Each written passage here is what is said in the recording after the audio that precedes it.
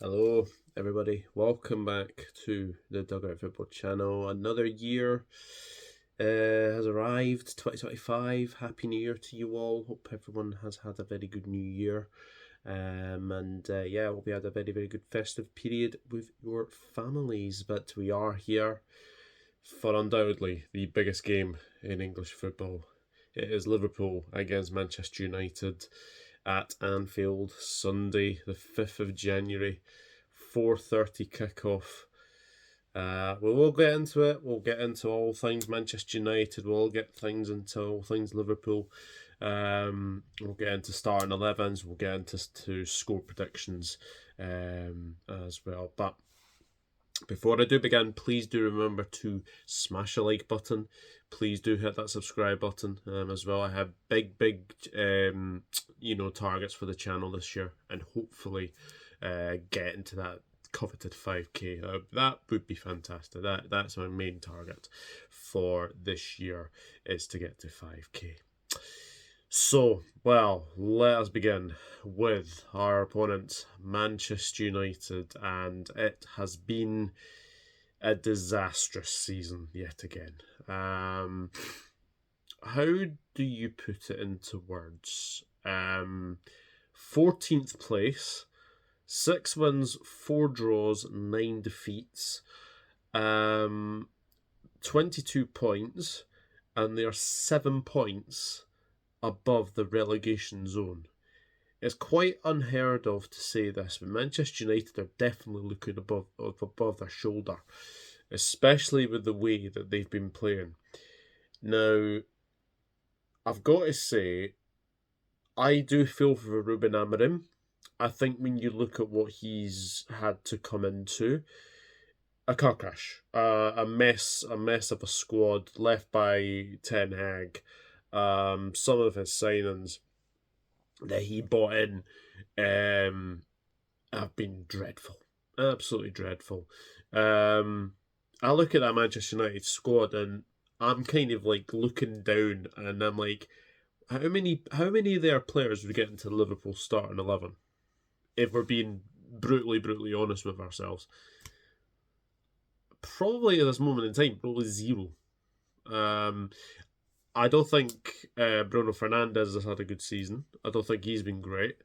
He's had a couple of red cards this season as well. He is available for the trip to Anfield. And it has to be said as well that he's not been very, very good. I can go through the other players. Lisandro Martinez, I think this guy has been absolutely dreadful all season. I think he's getting a bit of a liability as well. Like, I've seen people say that he's a very, very good defender. Well, I wouldn't say the other night with the game against Newcastle, because Lisandro Martinez completely lost out on Isaac, and he lost out on Joe Linton. And by the end of that game, that game was over after about 20 minutes because Newcastle absolutely dominated Manchester United, and Man United are not on a great run, to say the very, very least.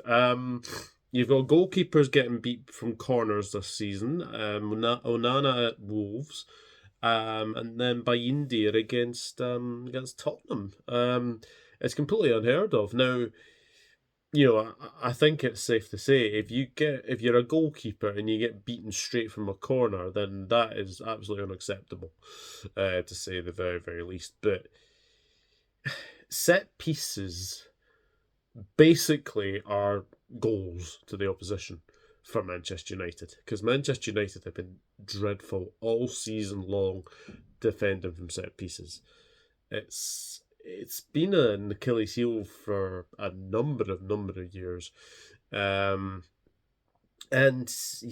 Manchester United, I just did not expect them to be any lower that they've probably been, but to be 14th at this stage in the season, and they are looking over their shoulder because Crystal Palace are only 2 points behind them. They play Chelsea at the weekend. Crystal Palace were to beat Chelsea, then they would go down to 15th. And then they're obviously looking above their shoulder. Obviously, there's Everton, then there is Wolves, and then it's Ipswich as well. So, it's quite funny to say this, but they are in a relegation battle. They are. I don't think they'll go down. I think it's quite safe to say, but Ruben Amorim, I'm sorry to say, you have a big, big job in your hands. Because when you look at that Manchester United side, if I'm being brutally honest again, this is the worst Manchester United side in my lifetime. I have never seen as bad a Manchester United side as I have now.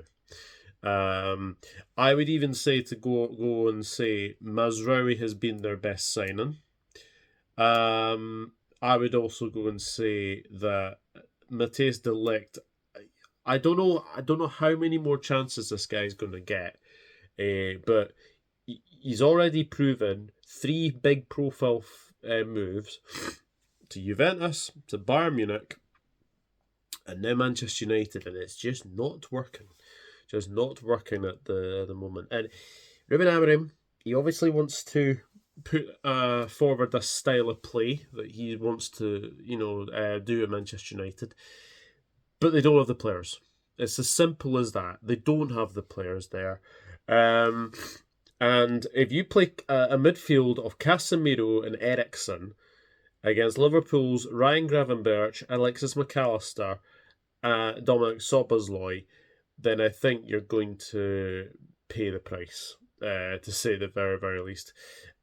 How low this could go even more, I think Amorim actually said previously that Manchester United might have to suffer for another, for more, suffer more than they get wins all of a sudden, and he's right.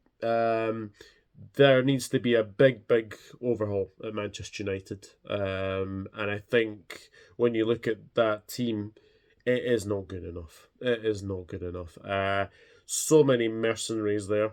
I look at Marcus Rashford, a player who, once upon a time was looking like a very, very good player. But his form stagnated. Alejandro Garnacho, he has gone from being a very, very good player, very, very promising young player. He still is. He's gone from having that world-class goal at Everton last season to basically getting that to his head. He's been shocking. He has been absolutely shocking. Their only bright light, really, is Amad Diallo.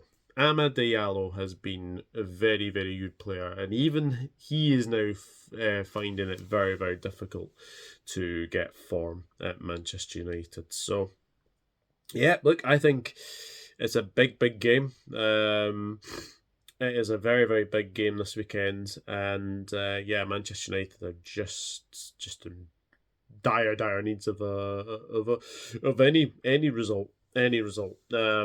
I think if you gave Manchester United a draw now, I think their fans would be like, "Yeah, get out of Anfield, take a 0-0 like they did last season," and I think they'd be very, very, very happy. So that's the Manchester United side of things, and now we'll obviously come on to Liverpool because it was another fantastic away result. The weekend, 5-0 against West Ham. 5 different goal scorers. Luis Diaz, Cody Gakpo, Mo Salah, who else? Of course, Trent Alexander-Arnold, and Diogo Jota. And again, that was a very, very good performance. Really, really was. And just goes to show again that we have been the best team in the Premier League this season by a mile, a complete mile. And it's going to be a very interesting game, this one, because, as I said, I am a bit wary of the fact that, loads of people seem to be writing off Manchester United again. However, I did see something last season that we didn't have Alexis McAllister in this game. And we'll obviously have him this game coming up, which is vital. Is absolutely vital, because I think we struggled without Alexis McAllister against Manchester United last season. So hopefully that will be very, very good, to say the very, very least. Arne Slot was saying in his press conference that Konate and Bradley will be back in training, so that is absolutely huge. And he also did say Joe Gomez is out for a couple of weeks. So disappointing to hear that, because I think Joe Gomez has been very, very good recently. I think he has been very, very good. And it is a shame. It is a shame that he's not going to be available as well. But obviously, young Jarrell Kwanzaa as well. He's there as well. And even if you have to, you could even put Wataru Endo there, who came on for Ryan Gravenberch, gave him a nice wee break, which is very, very good to see. He was excellent when he came on. Wataru Endo, I thought he was really, really good, to say the very, very least. Now, people will remember that there were 4 players walking a tightrope to be potentially banned. Obviously, Domin Szoboszlai served a ban at West Ham. But this weekend, after this weekend, the yellow cards distinguish, and then basically it will be bookings up to 10 games, and then that will be 2-match ban. So Ryan Gravenberch, Cody Gakpo, I'm pretty sure there's another one, Alexis McAllister, and I think there's another one, I can't think who it is. But if they get a yellow card against Manchester United at the weekend, they will miss the next league game, which would be Nottingham Forest away. So that would be very, very costly. So Darwin Núñez is another one. He is also facing a yellow card tightrope. So fingers crossed that we don't get involved into a very, very argy-bargy game. Simple task, really. If we turn up, we win. It's as simple as that. Last season was a struggle. I think as well, we didn't have Alexander McAllister last season, so I think if we have him, that'll be a big step going in towards trying to get that win as well. So we'll start with the team selections. I'm going to go. I don't think there'll be many changes, to be honest. Obviously, one enforced. Obviously, Gomez will have to come out. So I'm going to go Alisson Becker in goal. Trent Alexander-Arnold at right back. I think Kwanzaa will play, but I do think Konate will be on the bench. So Kwanzaa, Van Dijk and Robertson. And then it's Gravenberch, McAllister, Szoboszlai, and then Gakpo, Diaz and Salah. That will be my Liverpool versus Manchester United starting 11. And that team has goals written all over it as well. But as I say, I am being very, very wary with the fact people are writing off Manchester United again. It happened last season and we finished 0-0. So my score prediction, look, people will be expecting 3s, 4s, 5s, 6s and 7s. This Manchester United side is not great, let me just put it that way.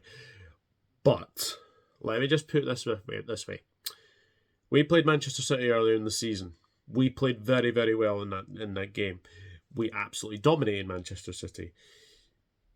We got the early goal after 12 minutes. That would be fantastic if we could get an early goal. Basically, if we get an early goal, they concede 2-3 before. It's as simple as that. Their heads always drop when they always do that. So I'm going Liverpool 2, Manchester United 0. I'm going to go for the same scoreline that happened against Manchester City. Basically, any win will do. to say the very, very least. So, yeah, I'm going Liverpool 2, Manchester United 0. I'm going to go for for Salah to get another goal against Manchester United. I think that would be... Oh, trying to think off the top of my head, but it would be another goal against Manchester United. And I am going to go for Cody Gakpo to get the second goal there as well. But as always, we want your thoughts ahead of this big game. And obviously, regardless of what Manchester United are coming to Anfield, it is always a tricky game. And we need to play our game. We need to play to our strengths. And just don't get sucked into the hype, the media, because everybody will be expecting a Liverpool victory on Sunday. It's just as simple as, because the way Manchester United have been playing, people will be expecting a big Liverpool win. But I'm going Liverpool 2, Manchester United 0. Now over to you. Please let me know your starting 11 for the game. Liverpool fans and Manchester United fans. Yeah, Man United fans, I want to hear from you, because it's not going well. It is not going well for you guys. And yeah, let me know your thoughts of this game. To say the very, very least as well. But guys, thank you very much for watching. First video of 2025, and it is good to be back. Really, really good to be back.